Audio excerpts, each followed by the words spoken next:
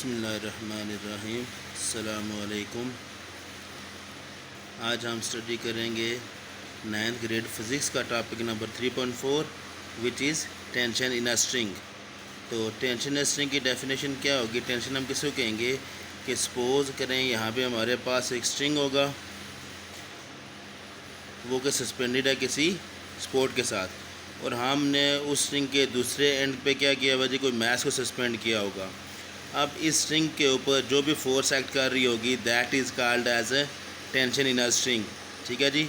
अगर हमारे पास suspended string है, इसका एक एंड हमने किसी हुक के साथ कनेक्ट किया होगा और दूसरे एंड पे हमने कोई भी मैस फॉल की होगी और वो सस्पेंडेड होगा, तो उस स्ट्रिंग पे जो फोर्स एक्ट करेगी, अब मैस या वेट जो होगा वो दोनों एक्ट करेगा, तो टेंशन हमेशा क्या करेगी जी?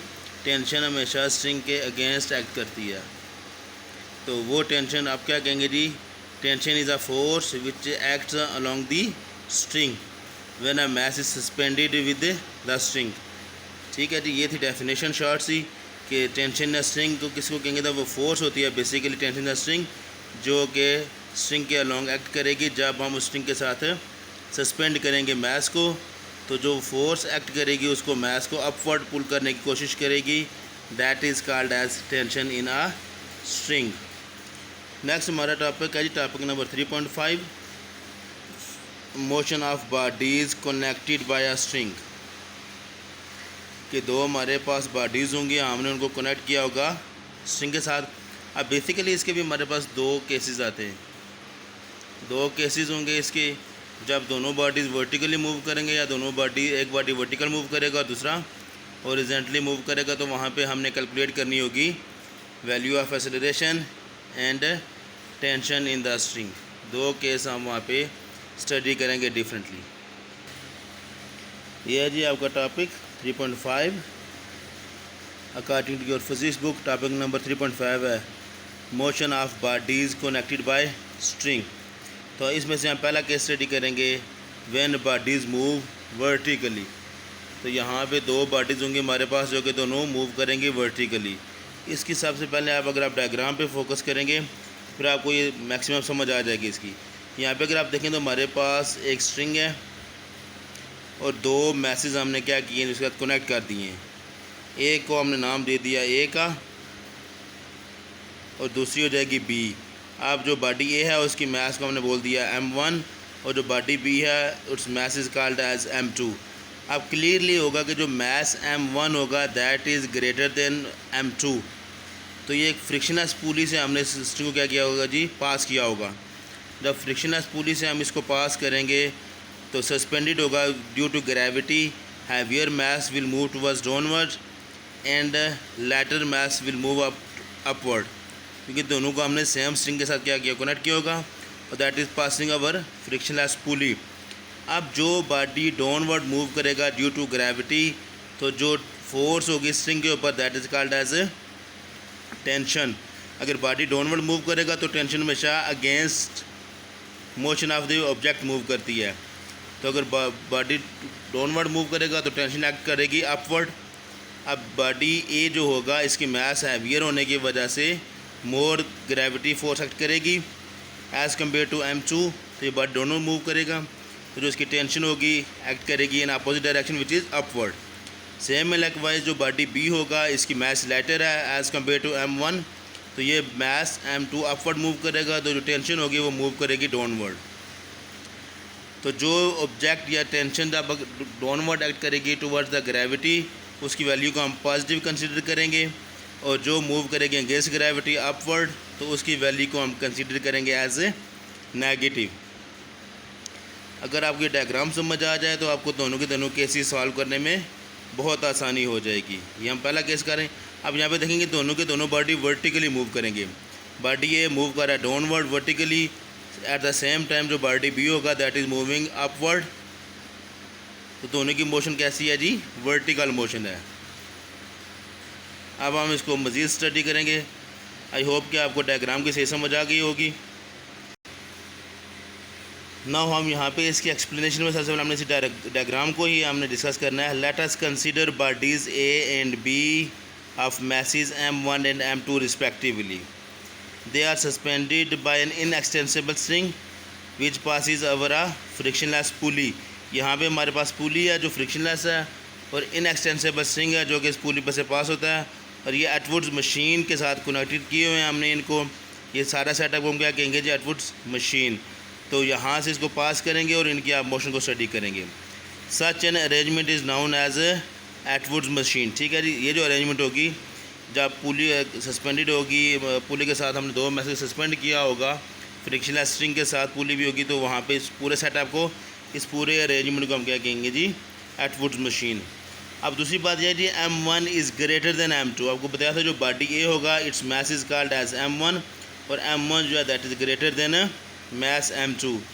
Then mass M1 will move to downward and the mass M1 will move upward. ठीक है जी, डाउनवर्ड क्यों मूव करे, क्योंकि mass M1 is greater, so greater gravitational force will act on body A or mass M1, so this is why body A or mass M1 moves to downward and M2 is later, so less force of gravity will act upon it as compared to other body, so it will move upward. Both the masses are connected in axial string. ठीक है जी, therefore the magnitude of acceleration in both of them will be same. अब इनमें क्या होगा जी, इनमें magnitude same रहे। Magnitude of acceleration दोनों में सेम कैसे होगा, what is acceleration, rate of change of velocity. अब जितनी एक्सेलरेशन से बॉडी ए डाउनवर्ड मूव करेगा उतनी ही एक्सेलरेशन या वेलोसिटी के साथ बॉडी बी अपवर्ड मूव करेगा। तो दोनों का जो एक्सेलरेशन होगा वो दोनों का सेम होगा। क्यों सेम होगा, because both of these masses are connected with the same string. तो जितना बॉडी ए डाउनवर्ड मूव करेगा उतना ही बॉडी बी अपवर्ड मूव करेगा, उसी स्पीड से, उसी वेलोसिटी से। इसी वजह से दोनों का क्या होगा जी, एक्सेलरेशन सेम होगा। Let's find out the values of acceleration of both and tension in the string forces of acting on body A और M1। अब यहाँ पे देखिएगा कि जो बॉडी ए होगा उसके ऊपर दो फोर्सेज एक्ट कर रही हैं। कौन कौन सी फोर्सेज एक्ट करेंगी, एक तो फोर्स हो जाएगी टेंशन की जो कि अपवर्ड मूव करेगी, और दूसरी फोर्स हमारे पास हो जाएगी इसका वेट जो कि मूव कर रहा है डाउनवर्ड। बॉडी ए पे जो फोर्स एक्ट करेगी, बॉडी ए पे दो फोर्स एक्ट करेंगी एट द सेम टाइम।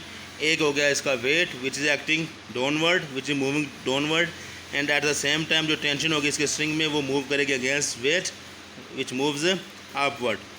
तो यहाँ पे हम पहले कल स्टडी करेंगे बॉडी ए को और फिर हम स्टडी करेंगे बॉडी बी को। मैं स्टडी करते हैं जी बॉडी ए के हवाले से। तो हम देखेंगे तो बॉडी ए पे जो फोर्स एक्ट करेगी वो पहला वेट है इसका जो कि डाउनवर्ड एक्ट करेगा बिकॉज ऑफ हैवियर मैस। तो वेट का फार्मूला क्या होगा जी, सेकंड लॉ में हमने स्टडी किया था, W2M1G। वेट डाउनवर्ड एक्ट करेगा और eight the same time tension होगी जो अगेंस्ट वेट मूव करेगी इन अपवर्ड डायरेक्शन। तो सेम रूल अप्लाई करेंगे सेकंड लॉ से। F1 जो टोटल उसकी फोर्स होगी बॉडी ए पे एक्ट करेगी, F is equal to M1G minus T। ये हमने सेकंड लॉ से इसको रिड्यूस करना है। तो फोर्स किसके इक्वल होती है जी, F is equal to M1A हो जाएगी। 1 और 2 का यहाँ पे मेन रोल नहीं होगा, मेन रोल सिर्फ होगा कि 1 और 2 रिप्रेजेंट करेंगे बॉडीज़ को। जो बॉडी ए होगा उस पर जो फोर्स होगी उसके हम M1 कह देंगे, जो बॉडी बी होगा उसके ऊपर जो फोर्स होगी उसे हम M2 कह देंगे। So M1 is equal to M1G minus T। अब क्वेश्चन ये राइज होता है कि हमने M1G माइनस T क्यों यूज़ करेंगे, क्योंकि जो टेंशन होगा वो अपवर्ड मूव करेगा बॉडी ए के लिए, इसका वेट डाउनवर्ड मूव कर रहा था। तो tension upward against force of gravity move करेगा, तो इसलिए उसकी नेगेटिव हमने वैल्यू को कंसीडर करना है, M1G minus T। Eight the same time जो बॉडी बी है उसका मैस लाइटर था, उसका जो वेट होगा वो एक्ट करेगा अपवर्ड मूव करेगा, और जब वेट अपवर्ड मूव करेगा तो टेंशन उसके अगेंस्ट मूव करेगी in opposite direction, that is downward. तो same likewise F2 which is the force acting on a body is equal to M2A and it is given by M1G T minus M2G। चूँकि tension downward move कर रही है उसकी value को हम consider करेंगे positive, wait upward move करेगा तो उसकी वैल्यू क्या हो जाएगी जी, नेगेटिव। सो T माइनस M2G। हमारा मेन एम यह है कि हमने यहाँ से एक्सेलरेशन और टेंशन की वैल्यू फाइंड करनी है। तो इस पर्पज़ के लिए हम इक्वेशन नंबर 1 और इक्वेशन नंबर 2 को ऐड करेंगे। लेफ़्ट साइड को लेफ़्ट साइड में ऐड करेंगे, M1A plus M2A equals to M1G minus T plus T minus M2G। T और T दोनों कैंसिल हो जाएंगे, तो जब यहाँ से हमने क्या करना है जी, ए को ले लेंगे common, m1 plus m2 equals to g. यहाँ से टी और टी जब कैंसिल हो जाएगा तो हमारे पास क्या कॉमन आ जाएगा जी, ग्रेविटी की वैल्यू जो होगी वो हमारे पास कॉमन आ जाएगी। सो m1 माइनस m2। सो यहाँ पे एक्सेलरेशन हमारे पास आ जाएगा m1 minus m2 over m1 plus m2 into g. This is our required value of acceleration when bodies move vertically. Now we will consider value of acceleration and we will calculate tension in the string when bodies move vertically. Now equation 1 जो हमने की थी acceleration की value हमने calculate कर ली है।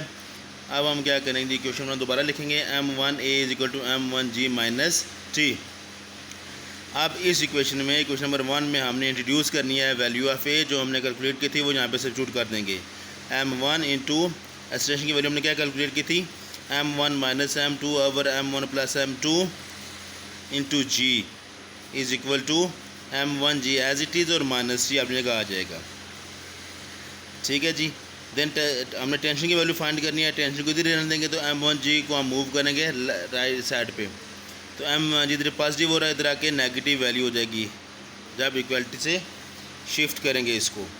सो हमारे पास हो जाएगा जी m1 को अब अंदर मल्टीप्लाई करेंगे, m1 को जब m1 से मल्टीप्लाई करेंगे तो m1 square minus m1 m2। अब इस टर्म में से और इस टर्म में से जब हमने g को कॉमन ले लिया तो इधर हमारे पास बच जाएगा m1 सिर्फ, तो ये m1 plus m2 as it is यहाँ पे आ जाएगा। इसके बाद ब्रैकेट के अंदर आप देखेंगे तो हमारे पास बन गया टर्म फ्रैक्शन में। तो फ्रैक्शनल टर्म में सेंटर में जब भी प्लस या माइनस आएगा तो हम क्या करेंगे, उनका ले लेंगे एलसीएम। सो इन दोनों टर्म को जो हमारे पास एलसीएम आएगा that is m1 plus m2।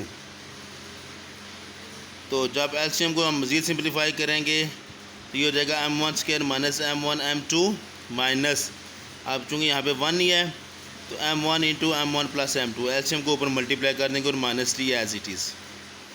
Now minus m1 को हमने नेक्स्ट स्टेप में क्या करना है जी, इसको माइनस m1 को मल्टीप्लाई करेंगे g into m1 square minus m1 m2। अब माइनस m1 को m1 से मल्टीप्लाई करेंगे तो minus m1 square, and minus m1 को जब प्लस m2 से मल्टीप्लाई करेंगे तो माइनस m1 m2। नाउ इस टर्म में देखेंगे तो m1 square minus m1 square cancel हो जाएगा, तो हमारे पास बचेगा minus m1 m2 minus m1 m2 which is equal to 2 times of negative m1 m2 over m1 plus m2। अब ये वाला माइनस और ये वाला माइनस आपस में कैंसिल हो जाएंगे, तो सो एट द एंड हमारे पास आ जाएगी वैल्यू टेंशन की। नेगेटिव साइन कैंसिल करेंगे तो हमारे पास टी हो जाएगा जी into m1 m2 over m1 plus m2। ये हमने वैल्यूज़ कैलकुलेट की हैं एक्सेलरेशन की और टेंशन इन द स्ट्रिंग की। एक्सेलरेशन की तो वैल्यू बुक में आपकी है, मगर ये टेंशन इन द स्ट्रिंग ये सारी वैल्यू उन्होंने डायरेक्ट इसका ये आंसर लिखा हुआ है बुक पे। तो आपने बोर्ड एग्ज़ाम्स में क्या करना है जी, इसकी सिर्फ उठा के आंसर नहीं लिख देना, बल्कि ये एज इट इज़ जैसे मेरे को समझाया है आपने वैसे इसको सॉल्व करना है। आप चेक भी कर सकते हैं, ये देखिएगा कि आपकी बुक पे उसने यहाँ पे वैल्यू फाइंड किया एक्सेलरेशन की और वैल्यू पुट करके तो सारा स्टेप उसने लिख दिया जी, टेंशन इसके इक्वल होगी 2 into m1 m2 over m1 plus m2 into g. जबकि ये बहुत लॉन्ग प्रोसेस होता है, यहाँ पे आप देख सकते हैं कि टेंशन की वैल्यू कैलकुलेट करने में काफ़ी प्रोसेस और बहुत से स्टेप्स शॉर्ट हैं। तो आपने क्या करना है जी, सारे स्टेप्स आपने मेंशन करने हैं पेपर में। अगर आपको फर्स्ट केस समझ आ गया होगा तो आप सेकंड केस बहुत आसानी से आप लिख सकते हैं। यहाँ पे ये केस है हमारे पास, when one body moves vertically, यहाँ पे बॉडी ए जो होगा वो वर्टिकली मूव करेगा और जो बॉडी बी होगा वो मूव करेगा horizontally. Same case body A पे दो फोर्स एक्ट करेंगी, एक हो जाएगा वेट और दूसरा हो जाएगा टेंशन, और बॉडी बी पे ग्रेविटेशनल एक्ट करेगी, रेजिस्टेंस भी, फ्रिक्शन भी होगी इसके ऊपर और टेंशन भी होगी, और तीसरा इसका मास भी होगा। तीन फोर्स एक्ट करेंगी, बट बॉडी बी का ये होगा कि जो होगी फ्रिक्शन और जो होगी इसकी टेंशन, दोनों एक दूसरे को क्या करेंगी, कैंसिल आउट कर देंगी। तो सिर्फ एक ही फोर्स बचेगी बॉडी बी के ऊपर विच इज़ इट्स मास। तो ये मेन वही प्रोसेस इस पर आपने करने हैं। एटवुड मशीन की हेल्प से हमने बॉडी को सस्पेंड किया होगा फ्रिक्शनलेस पुली पे। तो ये नेक्स्ट जो आगे टॉपिक होगा ये आपका क्या होगा जी, असाइनमेंट है, ये आपने कैलकुलेट करनी है। अगर आपको फर्स्ट केस समझ आया होगा तो सेकंड केस करने में आपके लिए मुश्किल नहीं होगा। So this is your assignment. I hope कि आपको ये टॉपिक समझ आया होगा। बहुत इंपॉर्टेंट टॉपिक है ये बोर्ड के पॉइंट ऑफ व्यू से, और बहुत ईजी और इंटरेस्टिंग है ये। तो इजाज़त दीजिए, इंशाअल्लाह मिलते हैं जी नेक्स्ट लेक्चर में फ़िज़िक्स के। अल्लाह ताला आपको हाफ़िज़ व निगहबान। अल्लाह हाफ़िज़।